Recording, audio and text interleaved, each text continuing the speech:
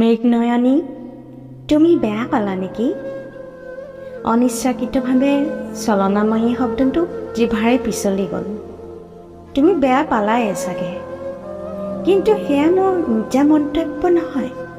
তুমিও শুনিছা আগতে, ইতিহাসৰ কোনোবা এটা পৃষ্ঠাত বহু স্পৰ্শকাতৰ কাহিনীত লুকাই থকা চৰিত্ৰত, নতুবা কোনোবা ভগ্ন হৃদয়ৰ প্ৰেমিকৰ মুখত চলনাময়ী শব্দটো শুনিছা নিশ্চয়।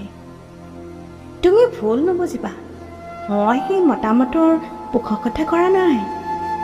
সময়েহে দৃষ্টিগোচৰ কৰাইছে, ভাবিবলৈ চিন্তিবলৈ বহুবাৰ মন মগজুত খলকনি তুলিছে। অৱশ্যে নাৰী মমতাময়ী, তাত মোৰ তিলমানো সন্দেহ নাই। কিন্তু কেতিয়াবা বেয়া লাগে যেতিয়া নাৰী কৰোণাময়ী তথা বিশাল হৃদয়ৰ গৰাকী বুলি সদায় বাজি থকা ঝংকাৰত নিমিলা তাৰ এডাল বাজি উঠি মধুৰতাক বিনষ্ট কৰাৰ প্ৰয়াস কৰে।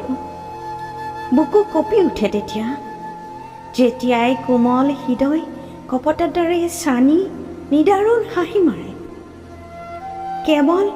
কেৱল নিজ স্বাৰ্থৰ বাবে আনক কুঠাৰাঘাত কৰিবলৈ অকণো কুণ্ঠাবোধ নকৰে। মৃগনয়নী, তুমি ভুল নবুজিবা। মই জানো তুমি হয়তো মোৰ মতামতক অগ্ৰাহ্য কৰি যুক্তিৰে খণ্ডন কৰিবলৈ উঠি পৰি লাগিবা, নাইবা বিতৰ্কৰে ভীতগ্ৰস্ত কৰিবলৈ শীতল যুদ্ধৰ ৰণ শিঙাব যাবা। সেইটো স্বাভাৱিক, কিন্তু অতীতলৈ ঘূৰি চালে চলনাময়ী নাৰীৰ চিত্ৰনৃত্য ইতিহাসত বহুত পাবা। নিশ্চয় দেখিবা মায়াময়ী কপট হৃদয়ৰ নাৰী।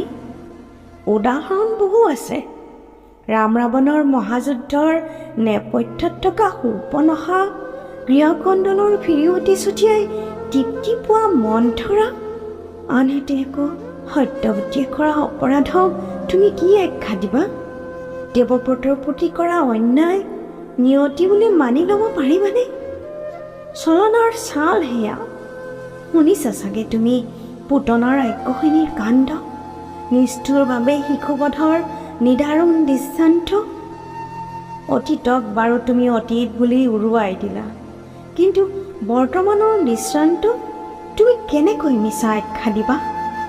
ছদ্মবেশী নাগিনীৰ বিষাক্ত দংশনত আত্মীয়তাৰ, প্ৰেমৰ, বিশ্বাসৰ, মানৱতাৰ নিদাৰুণ মৃত্যু চকুৰ আগতে হৈয়ে আছে দেখোন কত সহস্ৰবাৰ।